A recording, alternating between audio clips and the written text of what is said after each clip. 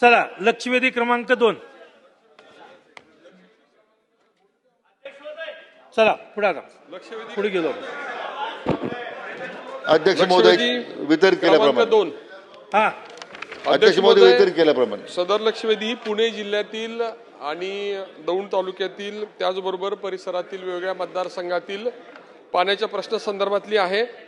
प्रथमतः मी माननीय मुख्यमंत्री, माननीय जलसंपदा मंत्री आणि शासनाचे आभार मानतो की बेबी कॅनॉलचं काम आमचं पूर्ण झाल्यामुळे जवळपास 5 TMCचा वापर हा त्या ठिकाणी त्या कॅनलच्या माध्यमातून करणं आम्हाला शक्य झालेलं आहे. त्यामुळे शेतकऱ्यांना रिलीफ मिळाली. दुसरे आभार मानतो की जानाई शिरसाई योजनेचं आपण टेंडर काढलेलं आहे. जवळपास 500 कोटी रुपये किमतीचं टेंडर निघाल्यामुळे त्या भागातील शेतकऱ्यांच्या जे तलाव भरण्याच्या मागण्या आहेत ते अपूर्ण राहिलेले तलाव सुद्धा भरता येतील आणि पाण्याचा पर्याप्त वापर करता येईल आणि ते टेंडर काढलं त्याबद्दल आभार. आणि त्याचबरोबर खडकवासला टनेलचं जवळपास 2200 कोटीचं काम सुरू केलं त्याबद्दल सुद्धा शासनाचे माननीय मुख्यमंत्री महोदयांचे आणि माननीय जलसंपदा मंत्री महोदयांचे आभार मी मानतो. आणि या संदर्भातले काही प्रश्न अजूनही प्रलंबित आहे.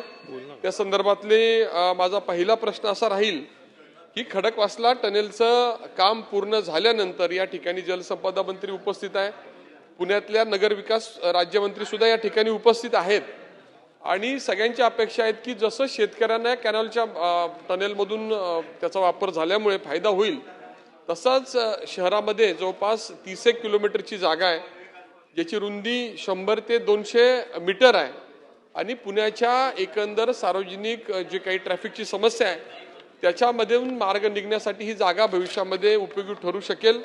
त्यामुळे हा टनेलचं काम हे 4 वर्षामध्ये 2028 पर्यंत पूर्ण करण्याचं उद्दिष्ट आहे असं उत्तरामध्ये सांगितलेलं आहे. तर माझा पहिला प्रश्न आहे की हे टनेलचं काम झाल्यानंतर उपलब्ध झालेल्या जागेचा वापर हा रस्ता, मेट्रो किंवा इतर वेगवेगळ्या लोकांच्या सुविधेसाठी आपण करणार का आणि त्याचं नियोजन कसं करणार हा माझा पहिला प्रश्न आहे.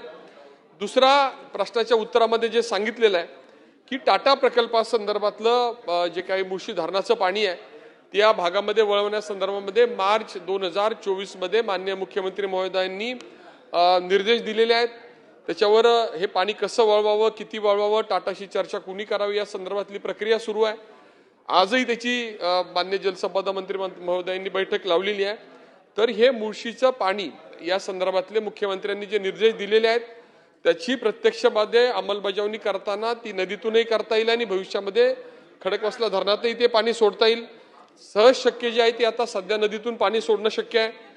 तर मुळशीचं पाणी भीमा खोऱ्यामध्ये आणण्याचा जो काही निर्णय आहे त्याची अंमलबजावणी कधीपर्यंत होईल हा माझा दुसरा प्रश्न आहे.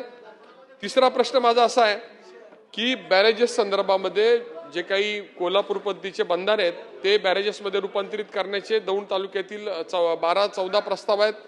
पहिल्या टप्प्यामध्ये 6 प्रस्ताव मान्य करण्यासंदर्भातली कारवाई विभागाकडून सुरू आहे. त्यामुळे कोल्हापूर पद्धतीचे बंधारे बॅरेजेसमध्ये रूपांतर करण्याचा हा जो काही प्रस्ताव आहे त्याला मान्यता कधी मिळेल आणि त्याचबरोबर उजनी बॅकवॉटरमध्ये एक मोठा बॅरेज करण्याचा सुद्धा निर्णय शासनाने घेतलेला आहे. त्या संदर्भातली त्याला सुद्धा मान्यता कधीपर्यंत मिळेल हा माझा तिसरा प्रश्न आहे. ठीक आहे. आणि माझा शेवटचा प्रश्न असा आहे, सगळे मान्य आपण अध्यक्ष महोदय वर बसला असला तरी आधी शेतकरी आहात, शेतकऱ्या संदर्भातले महत्वाचे विषय आहे. ह्यातलं काही पाणी तुम्हाला सुद्धा मिळायची शक्यता असल्यामुळे सगळ्या प्रश्नाला न्याय मिळणार नाही. सगळ्या प्रश्नाला न्याय मला परत संधी दिली असती पण सगळ्या विचारा प्रश्नाला आता, न्याय विचार. माननीय मंत्री महोदय देतील ह्याची मला खात्री आहे. ती तुम्हालाही असायला हरकत नाही. त्यामुळे माझा शेवटचा प्रश्न असा आहे की चिबड जमिनीच्या संदर्भातलं धोरण मी 5-7 वर्ष त्याच्यामध्ये फॉलोअप करतोय. सबसर्फेस आणि ओपन ड्रेन करून हे धोरण अंमलबजावणी करण्यासंदर्भातल्या काही तांत्रिक त्यामध्ये दुरुस्त्या करण्यासंदर्भातली बैठका झालेल्या आहेत आणि चिबड जमिनीचं धोरण हे अंतिम करण्यासंदर्भातले निर्देश सुद्धा आता आपण अर्थ विभागामध्ये जे पेंडिंग आहे ते कधीपर्यंत मार्गी लागेल आणि चिबड जमिनीचं हे धोरण प्रत्यक्षामध्ये पायलट प्रोजेक्ट म्हणून दौंडमध्ये राबवण्याचं ठरवलेलं आहे. त्याची अंमलबजावणी कधीपर्यंत होईल हा माझा चौथा प्रश्न आहे. मंत्री महोदय. अध्यक्ष महोदय, सन्मान्य सदस्य राहुल कुल साहेबांनी जे 4 प्रश्न उपस्थित केले, प्रथमतः खडकवासल्याचं जे भूमिगत टनेल त्या ठिकाणी उभं राहत आहे, अध्यक्ष सभापती अध्यक्ष महोदय, खडकवासला फुरसंगी जो बोगदा आहे आणि अध्यक्ष महोदय ते काम आता सुरू आहे वेगाने. साधारण त्याला 2,000 कोटी रुपये खर्च अपेक्षा आहे. परंतु असं अध्यक्ष महोदय त्यानिमित्तानं जो जुना कालवा आहे त्या धरणातून निघणारा तो मग त्या ठिकाणी अजून उपयुक्त संपणार आहे. साधारण 30-32 किलोमीटरचा कालवा आहे. साधारण 370 हेक्टरपर्यंत जमीन त्याच्यासाठी त्या ठिकाणी आता उपलब्ध आहे. आणि म्हणून आता सन्मानित सदस्यांची मागणी केली ती बरोबर आहे. आता ह्या कालव्याचं रूपांतर मग कसं करायचं, त्यामध्ये मग वाणिज्य कामासाठी किंवा अन्य कामासाठी त्याची उपयुक्तता काय आहे, तर मग पुणे महानगरपालिकेची त्याच्यामध्ये त्यांच्याकडे त्यांचा काय प्रस्ताव आहे. अध्यक्ष महोदय, या संपूर्ण कालव्यामध्ये जे अतिक्रमण होत चाललेले आता ते अतिक्रमण निष्कासित करून त्याला एक कंपाऊंड घालून ते जागा सुरक्षित करण्याचं काम आता जलसंपदा खात्याने सुरू केलेलं आहे. आणि मग अध्यक्ष महोदय, एकदा टनेलचं काम सुरू झालं, टनेलचं काम आता पूर्ण होतं आहे 2 वर्षामध्ये, साधारण पुढच्या वर्षाखेर, तर मग एक तर खालच्या शेतकऱ्यांनाही त्या भागातील शेतकऱ्यांना पाणी मिळेल आणि विशेष करून या कालव्याची उपयुक्तता जे मी म्हटल्याप्रमाणे त्याचा वापर कसा करता येईल त्याचं एक स्वतंत्र धोरण आम्ही तयार करतो आहे. अध्यक्ष महोदय, यामध्ये जो काही त्यांनी जो मुद्दा उपस्थित केला आहे तुमच्या या टाटा पॉवरमधून पाणी देण्यासंदर्भातला, याच्यामध्ये 2 अध्यक्ष महोदय माननीय मुख्यमंत्र्यांच्या स्तरावर एक बैठक झाली. सूर्य समितीचा अहवाल प्राप्त झालेला आहे. आमच्या 2 बैठका झालेल्या आहेत. टाटा पॉवरच्या पदाधिकाऱ्यांशी अंतिम चर्चा होते. तत्वतः त्यांनी पाणी उपलब्ध करून देण्याचं मान्य केलं आहे, कारण ते धरण टाटाच्या मालकीचं आहे. किमान 7 ते 8 TMC पाणी त्यातून उपलब्ध करण्याचं आमचं त्या ठिकाणी धोरण आहे. त्यांना विनंती केलेली आहे. पण मला वाटतं पुढच्या 1-2-3 महिन्यामध्ये अध्यक्ष महोदय प्रत्यक्ष आपल्याला त्यातून कार्यवाही पाणी उपलब्ध करून देण्यामध्ये कार्यवाही करता येईल याच्याबद्दल मला तरी विश्वास आहे. आणि म्हणून अनेक दिवसाची मागणी मान्य सदस्य राहुल कुल साहेबांची आहे त्यात मुळशीमधून पाणी देण्यासंदर्भात, तर ते आपण अध्यक्ष महोदय कार्यवाही करतोय. अध्यक्ष महोदय, जो त्यांचा तिसरा मुद्दा होता कोपा बंदर यांचा बॅरेजमध्ये रूपांतर करण्याचं, आपण आता धोरणात्मक निर्णय केलेला आहे की जी काही कोपा बंदरे आहेत त्याचं रूपांतर व्हर्टिकल बॅरेजमध्ये करायचं. आणि त्यामुळे या ठिकाणी जे काही बंदरे आहेत त्याचं रूपांतर बॅरेजमध्ये करण्यासंदर्भात आपण कार्यवाही करतोच आहे.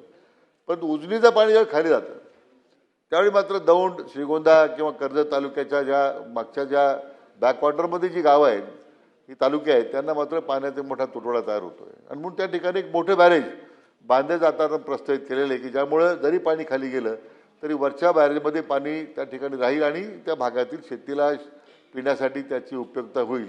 म्हणून या कोल्हापूर पद्धतीच्या बंधाऱ्याचं रूपांतर बॅरेजमध्ये करण्याच्या संदर्भात पाऊल उचलतो आपण. तो निर्णय आपण केलेला आहे. पण या सांगितल्याप्रमाणे एक मोठा बॅरेज त्या ठिकाणी उभा करण्याचं आपण प्रस्तावित केलेलं आहे. अध्यक्ष महोदय, जो चौथा मुद्दा त्यांनी या चिपट जमिनी संदर्भातला उल्लेख केलेला आहे, ही गोष्ट बरोबर आहे. यापुढे धोरण अध्यक्ष महोदय असं होते कमांड एरियामध्ये चिपट धोरणाच्या बाबतीमध्ये 100% खर्च शासनाने करावा असं धोरण होतं. वास्तविक अनकमांड भागामध्ये आता कमांड एरियामध्ये शेतकऱ्याने पाण्याचा लाभ घेतलेला आहे. जमिनीची त्या ठिकाणी बऱ्यापैकी अनेक वर्ष त्याचा लाभ घेतलेला आहे. त्यांना जर 100% खर्च शासन करत असेल तर अनकमांड एरियामध्ये जो करावा अशा मागणी सन्मान्य राहुल कुल साहेबांची होती. सातत्याचा आग्रह होता आणि तत्वतः अध्यक्ष महोदय त्या प्रकल्पाला शासनानं प्रायोगिक तत्वावर पायलट प्रोजेक्ट म्हणून मान्यता दिलेली आहे. एक साधारण 1-2 महिन्यात त्या सुद्धा कामाला मी सुरुवात करतो.